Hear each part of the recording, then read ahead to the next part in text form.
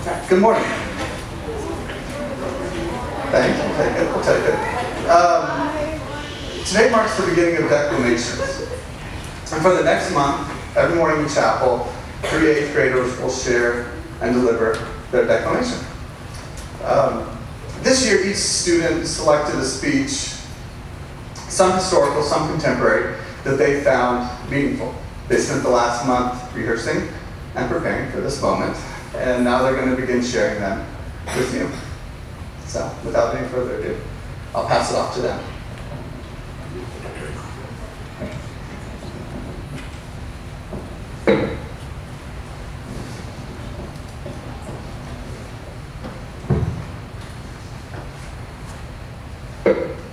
Last year, we had an assembly in school and watched a video about a man named Nick who has no arms and no legs, just one foot.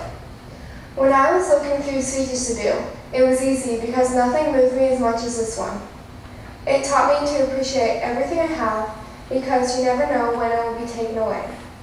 If you just focus on the things you don't have, you never realize how good the things you do have are. I have no arms and no legs, but I'm very thankful for everything I have. People freak out when they see me for the first time.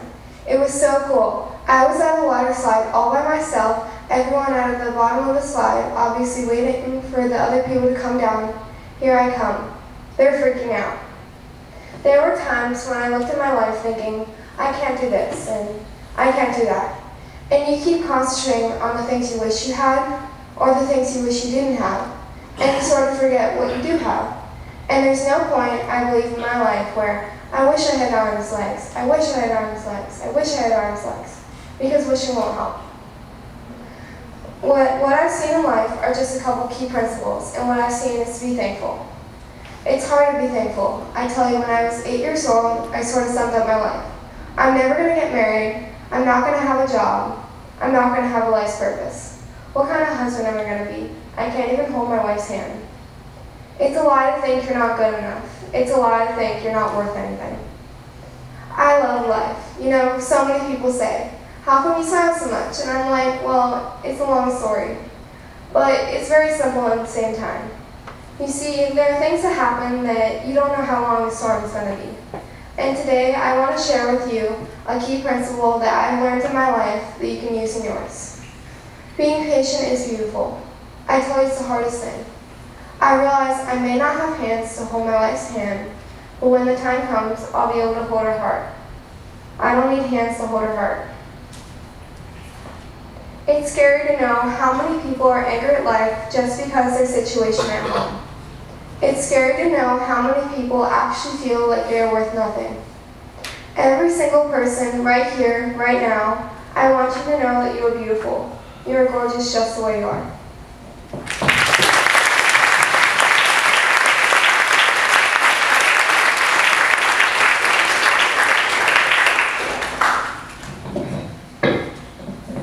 Mike Sellers, a former athlete who played for many NFL teams, once delivered a famous speech.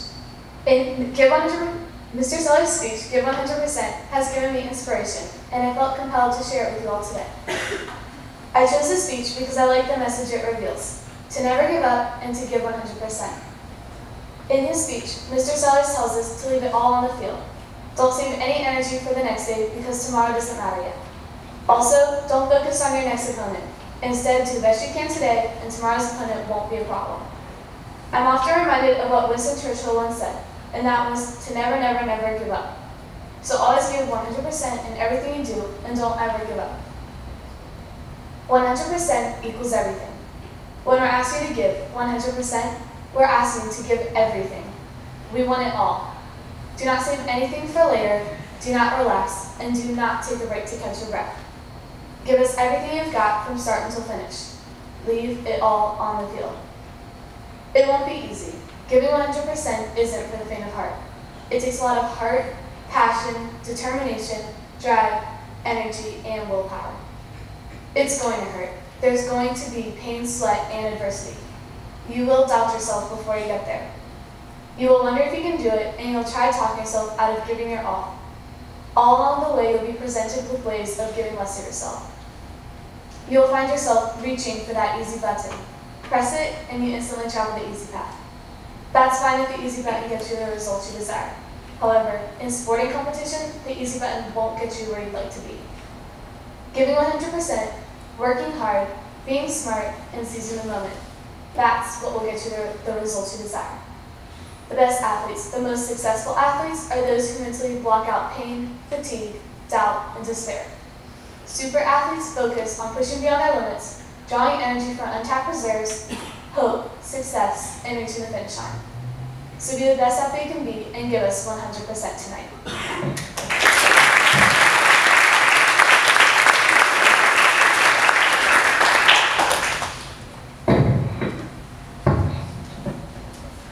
The energy crisis during Jimmy Carter's presidency was an extremely difficult time for Americans to provide for themselves and their families. As prices were rising, people's confidence were falling. This speech, given by Jimmy Carter, got the nation to believe in itself. I picked this speech because it gives us a valuable lesson, that if we do lose something, we cannot lose confidence. The energy crisis is real, it is worldwide, it is a clear and present danger to our nation. The erosion of our confidence in the future is threatening to destroy the social and the political fabric of America. The confidence that we have always had as a people is not simply some romantic dream or a proverb in a dusty book that we read just on the 4th of July. It is the idea that which founded our nation and has guided our development as a people. Confidence in the future has supported everything else. We have always believed in something called progress. We have always had the faith that the days of our children will be better than our own. Our people are losing that faith. For the first time in the history of our country, the majority of our people believe that the next 5 years will be worse than the past 5 years. We were taught that our armies were always invincible and our causes were always just, until the agony of Vietnam. We respected the presidency as a place of honor until the shock of Watergate. We've got to stop crying and start sweating. Stop talking and start walking. Working together with our common faith, we cannot fail.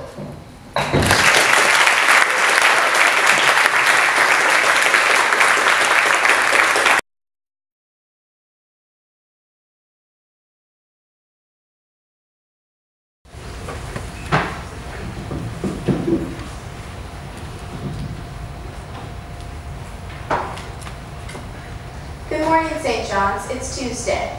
Today I'm going to deliver a speech from one of my favorite authors, John Braden.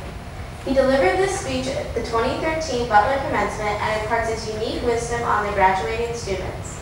But before John starts his speech, he asks the audience to take a moment to think of some of the people who helped you get where you are, the people who loved you and without whose care and generosity you might not have found yourself where you are right now, and who you know will continue to guide you throughout your life. I'm going to ask you to do the same, only for a brief moment before I start my speech. We will return to these people soon, but first I have to deliver terrible news, which is that you are all going to die. And simply cannot wait. You are going to die, and everything you ever make and think and experience will be washed away by the sands of time, and the sun will blow up, and no one will remember Cleopatra ruling Egypt, or Crick and Watson untangling the structured DNA, or Ptolemy unfathoming the stars, or that improbably wonderful game against Gonzaga. So that's unfortunate. But I would argue that it's good to be aware of temporariness. I would just note that the default assumption is that the point of human life is to be as successful as possible, to acquire lots of fame, or glory, or money as defined by quantifiable metrics, number of Twitter followers, or Facebook friends, or dollars in one's 401k. That is the hero's journey, right?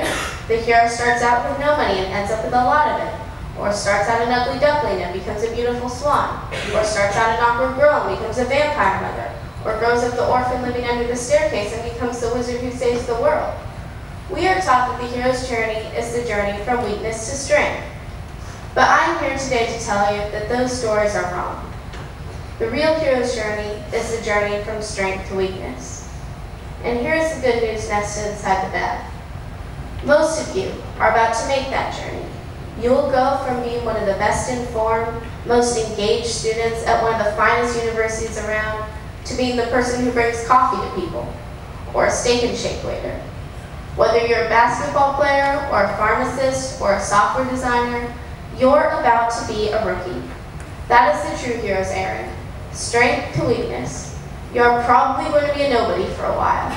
You're going to make that journey from strength to weakness. And while it won't be an easy one, it is a heroic one. For in learning how to be a nobody, you will learn how not to be a jerk. And for the rest of your life, if you are able to remember your hero's journey from college grad to underling, you will be less of a jerk.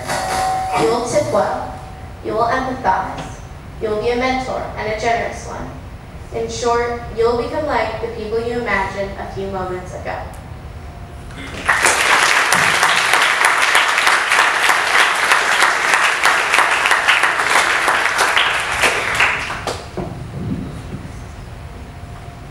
Men should be honorable.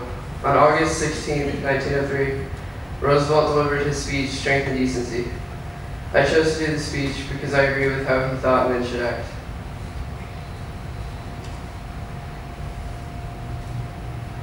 It is peculiarly incumbent upon you who have strength to set a right example to others. I ask you to remember that you cannot retain your self-respect if you lose in foul tongue.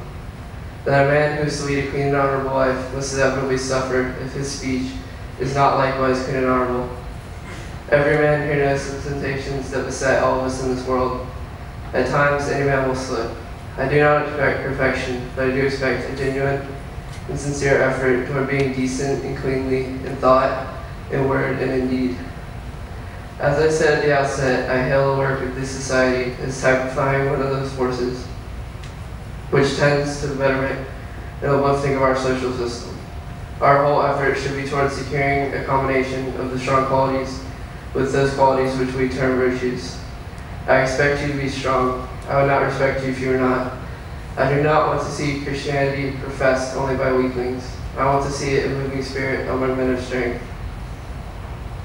On the contrary, I should hope to see each man who is a member of this society, through his membership in it, become all the fitter to do the rough work of the world, all the fitter to work in time of peace, and if, which heaven may forfend, war should come, all the fitter to fight in time of war.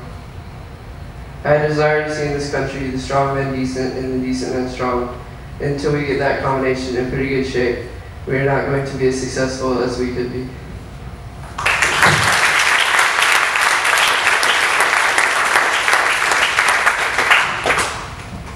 Imagine a great war where nations were against each other, men were being held hostage, and families were being killed.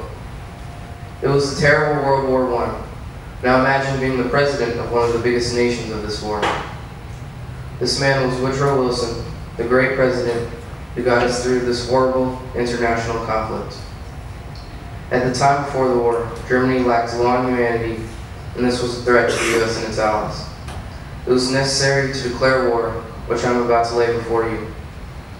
Woodrow Wilson was a great president that America had, and I selected this speech because it shows that America should stand up for itself, and we shouldn't let any government rule over us. I have called the Congress into extraordinary session because there are serious, very serious choices of policy to be made, and made immediately, which it was neither right nor constitutionally permissible that I should assume the responsibility of making. On the 3rd of February last, I officially laid before you the extraordinary announcement of the Imperial German government that on and after the 1st day of February, it was its purpose to put aside all restraints of law or of humanity and use its submarines to sink every vessel that sought to approach either the ports of Great Britain and Ireland or the western coast of Europe, or any of the ports controlled by the enemies of Germany within the Mediterranean. That had seemed to be the object of the German submarine warfare earlier in the war, but since April of last year, the Imperial government had somewhat restrained the commanders of its undersea craft in conformity with its promising given to us that passenger boats should not be sunk, and that due warning would be given to all other vessels which its submarines might seek to destroy. When no resistance was offered or escape attempted, and care taken that their crews were given at least a fair chance to save their lives in their open boats.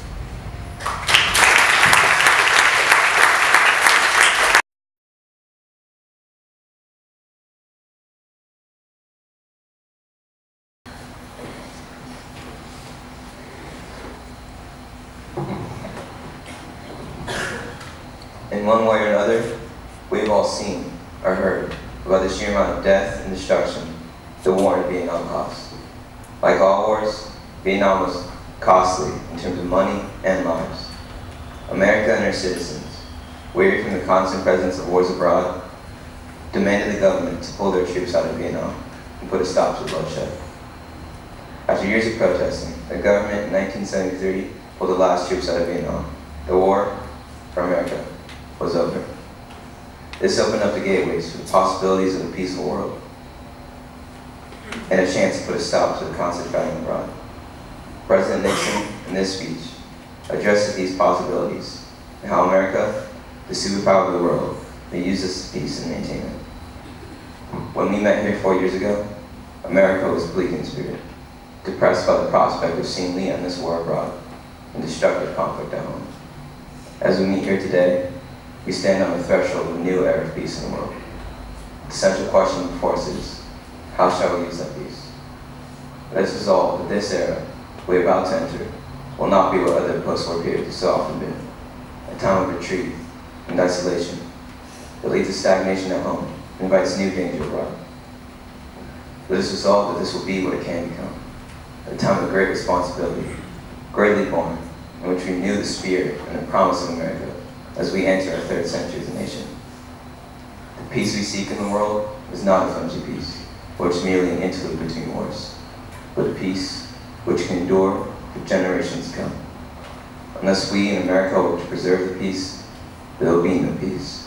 Unless we in America wish to preserve the freedom, there will be no freedom. Together, with the rest of the world, let us resolve to move forward from the beginnings we've made. Let us work to bring down the walls of hostility which have divided the world for too long. In their place, build bridges of understanding. So despite the profound differences between the systems of government, the people of the world can be friends. Together, let us go forward from here, confident in hope, strong in our faith in one another, sustained by our faith in God who created us, and striving always to serve His purpose.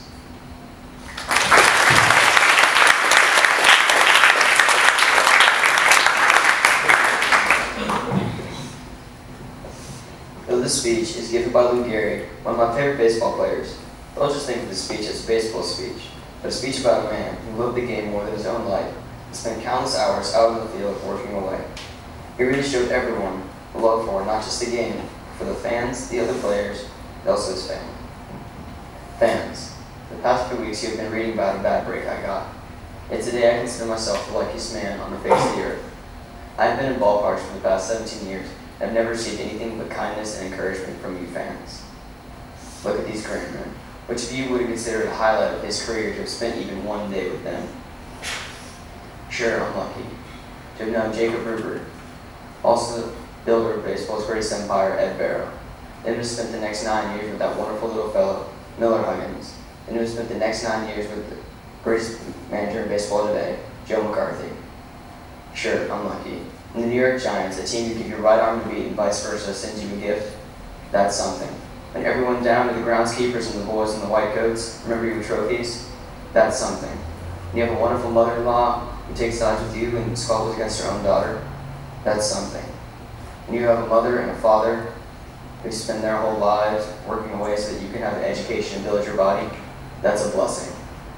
And you have a wife who's been a tower of strength and shown more courage than you dreamed existed. That's the finest I know. So I close in saying that yes, I may have had a tough break, but I have an awful lot to live for.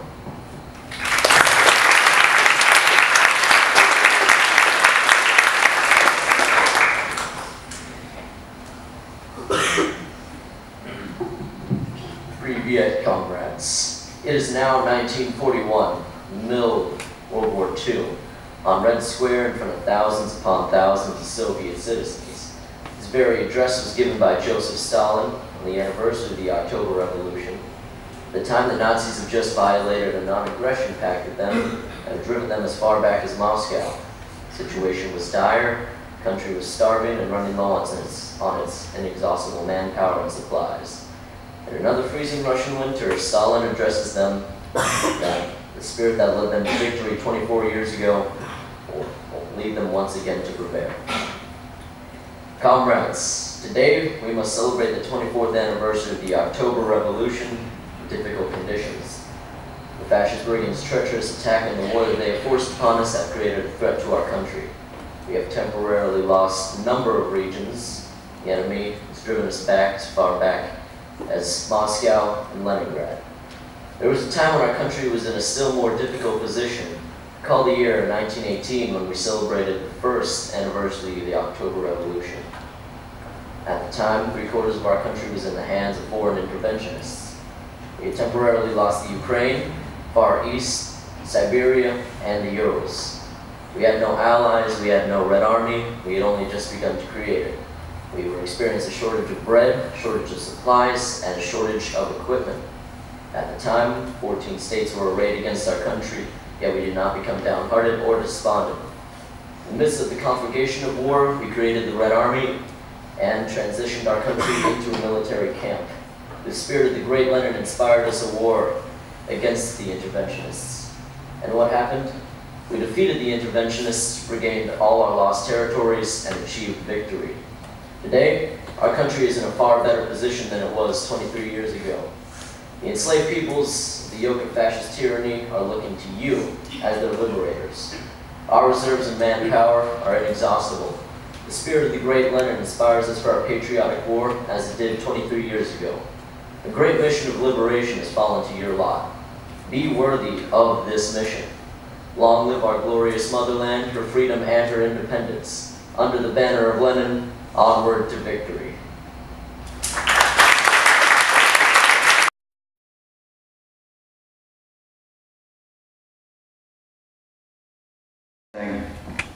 Didn't live for nothing. This speech by General Patton reflects this quote in a perfect way, because this speech is about living to fight and not backing down from a challenge. The message I hope you get from this speech is that no man or woman are born brave. You have to learn honor, being a good person, and if that means putting yourself in harm's way. If you put yourself in front of other people, it shows that you are a leader. If something happens, you'll be able to lead them through the hard times. Men, all this stuff you hear about America, not wanting to fight, wanting to stay out of the war. No, America loves to fight. All real Americans love the sting and clash of battle. Ever since you are kids, you admire the championship marble shooter, the fastest runner, the big league ball player, and the toughest boxers. America loves winners and cannot tolerate losers. That's why America's never lost a war and will never lose a war. Battle is the most significant competition in which a man can indulge in. It brings out all that is best and removes all that is base. You're not all going to die. Only 2% of you here today are going to be killed in a major battle. Every man is scared of his first conflict. If he says he's not, he's a liar. But the real hero is the man who fights even though he's scared. Some men will get over their fear and amend it under fire. Some will take hours, some will take days. But the real man is a man who doesn't let his fear of death overpower his honor, his sense of duty to his country, and his innate manhood.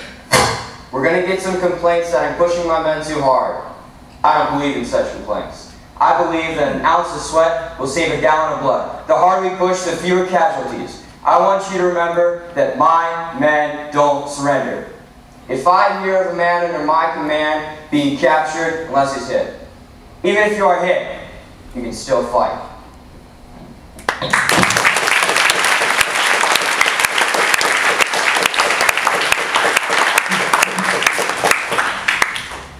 In life, we are given two options. The easy way out and the hard way. This speech, written by James Stranson, urges us how we should become the titan inside us and accept the hard way.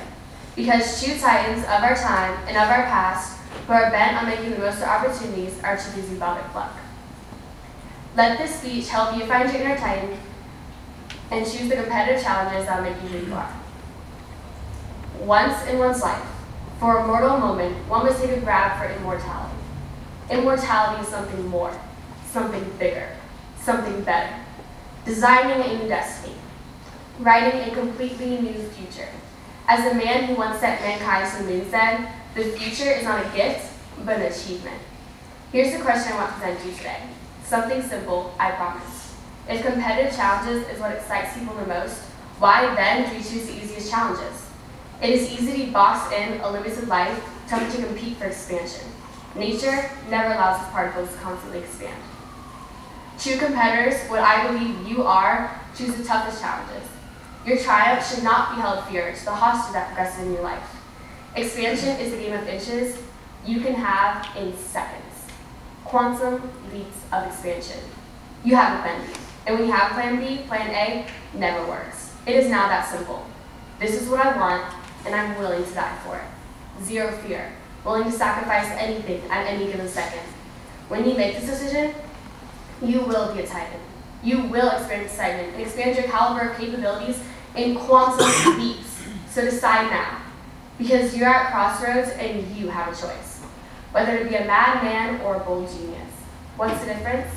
A madman is someone who does the same action over and over and over for an unknown destiny. A bold genius is someone who does the same action over and over and over for a known destiny. That is why fortune always favors the bold. Two titans of our time and of our past who are bent on making the most of opportunities are too busy bothered with luck. Luck is a good fortune you determine for yourself. So, find the strength, have the knowledge, summon up the courage, and see that your dreams are limitless. Your dreams are the fabric that binds us all together. Rise up. Ascend the ladders of your dreams. We choose to rise, not fall. We choose to live, not die. Today, shift your triumph and carry your dreams on forward until your life is a capital of triumph. I believe in you, and I know you can do whatever you want because you have an unlimited potential. And when you tune into a state of mind, all your dreams and inner abilities will be effortless and forever yours. A modern runway for higher accomplishment. This moment, this second, your life is an Olympian sunrise.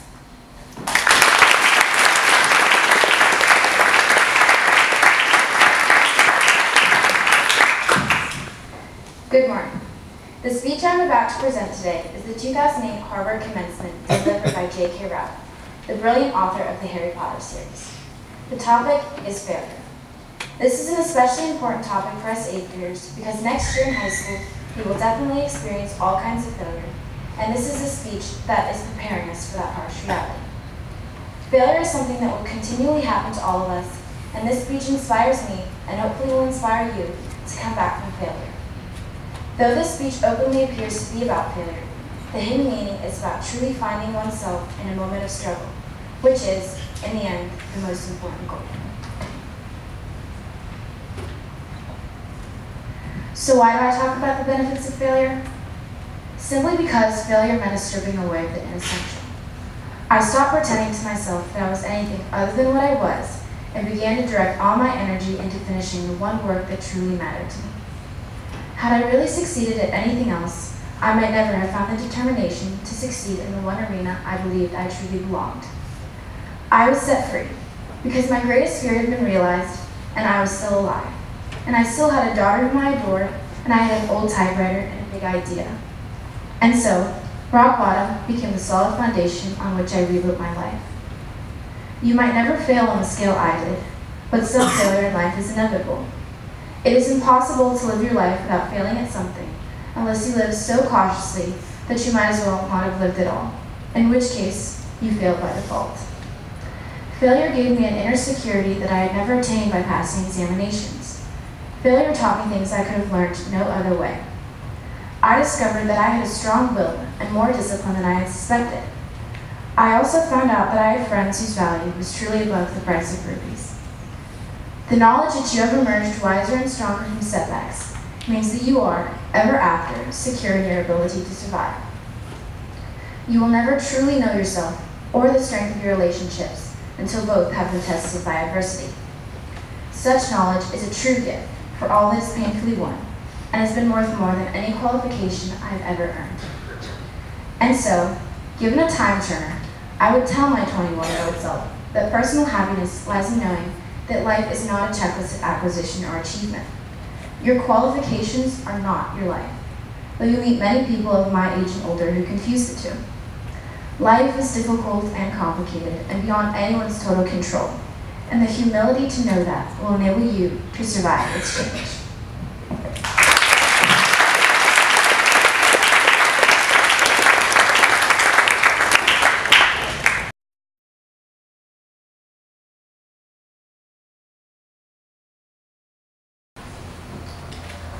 I believe it is very important not to judge people just because of their skin color. Martin Luther King Jr. gave the speech, I Have a Dream, August 28, 1963 in Washington, D.C. Martin Luther King stood up for African Americans' rights and freedom. Without Martin Luther King, the world wouldn't be the way it is today. I have a dream that one day, this nation will rise up and live out the true meaning of its creed. We hold these truths to be self-evident, that all men are created equal.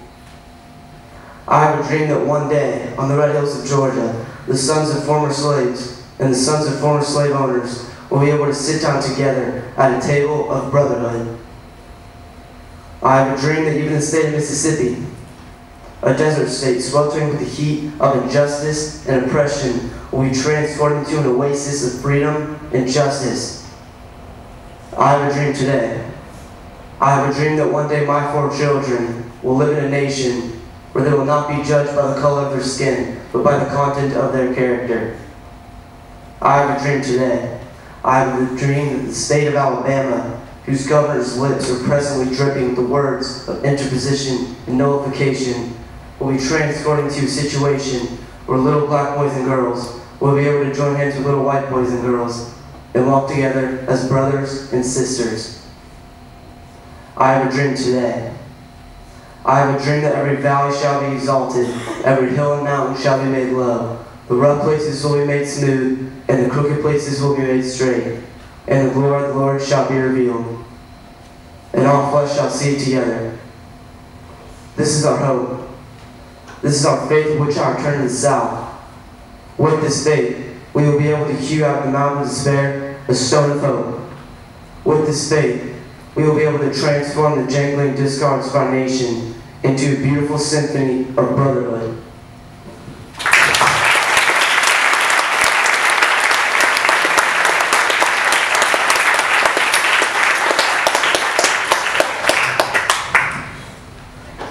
Life is an improvisation in the way that, as you go along, you're making decisions based on the choices made by the people surrounding you. This commencement speech, given by Stephen Colbert, addresses the importance of accepting your future, whether you achieve your dream or not, and being comfortable with the fact that you will not always be a winner, or the most important person involved. After listening to this speech, I hope you realize that serving only yourself will get you nowhere, but serving others to reach a common goal will take you where you want to be. Okay, you have been told to follow your dream, but what if it's a stupid dream?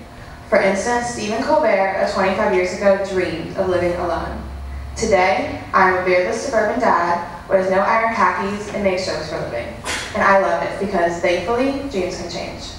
If we all stuck with our first dream, the world would be overrun with cowboys and princesses. So, whatever your dream is right now, if you don't achieve it, you haven't failed and you're not some loser. But, just as importantly, and this is the part I may not get right and you may not listen to, if you do get your dream, you are not a winner. After I graduated from here, I moved down to Chicago to do improvisations. Now, there are very few rules to improv, but one of the things I was taught early on is that you're not the most important person on the scene. Everybody else is. And if everybody else is more important than you are, then you will naturally pay attention to them and serve them.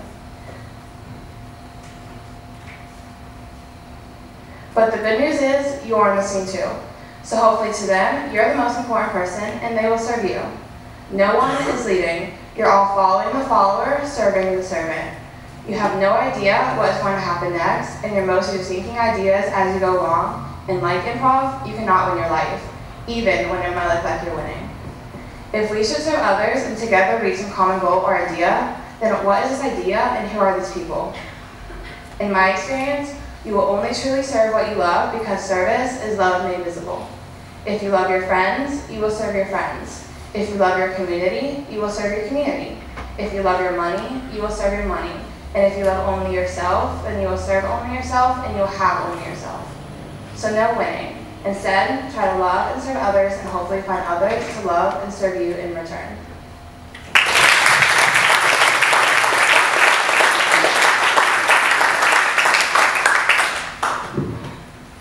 The Perils of Indifference by Elie Wiesel is about the lack of sympathy we have for other people. Elie Wiesel was a Roman-born Jewish American who survived the Holocaust. He explains how indifference impacted him and his family. This speech addresses the consequences of indifference and how it is so easy to forget other people's struggle and get wrapped up in ourselves. As you listen to this speech, I hope you realize that there are other people needing our help, and by being indifferent, we are hurting them. But ironically, we are hurting ourselves. What is indifference? Etymologically, the word means no difference. A strange and unnatural state in which the lines blur between light and darkness, dusk and dawn, crime and punishment, cruelty and compassion, good and evil. What are its courses and inescapable consequences? Is it a philosophy? Is the philosophy of indifference conceivable? Can one possibly view indifference as a virtue? Is it necessary at times to practice it simply to keep one's sanity, live normally, or enjoy a fine meal as the world around us experiences harrowing upheavals? Of course, indifference can be tempting. More than that, seductive. It is so much easier to look away from victims. It is so much easier to avoid such rude interruptions to our work, our dreams, and our hopes. It is, after all, awkward, troublesome to be involved in another person's pain and despair. Yet, for the person who is indifferent, his or her neighbor are of no consequence, and therefore their lives are meaningless. Their hidden or even visible anguish is of no interest. Indifference reduces the other to an abstraction. In a way, to be indifferent to that suffering is what makes a human being inhuman. Indifference, after all, is more dangerous than anger and hatred. Anger can at times be creative. One writes a great poem or a great symphony. One does something special for the sake of humanity, because one is angry at the injustice that one witnesses.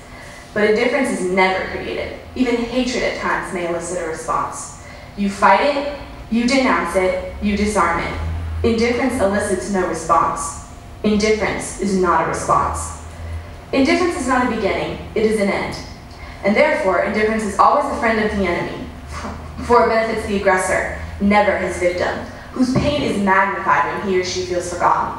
The political prisoner in his cell, the hungry children, the homeless refugees, not to respond to their plight, not to offer them a spark of hope, is to exile them from human memory. And in denying their humanity, we betray our own.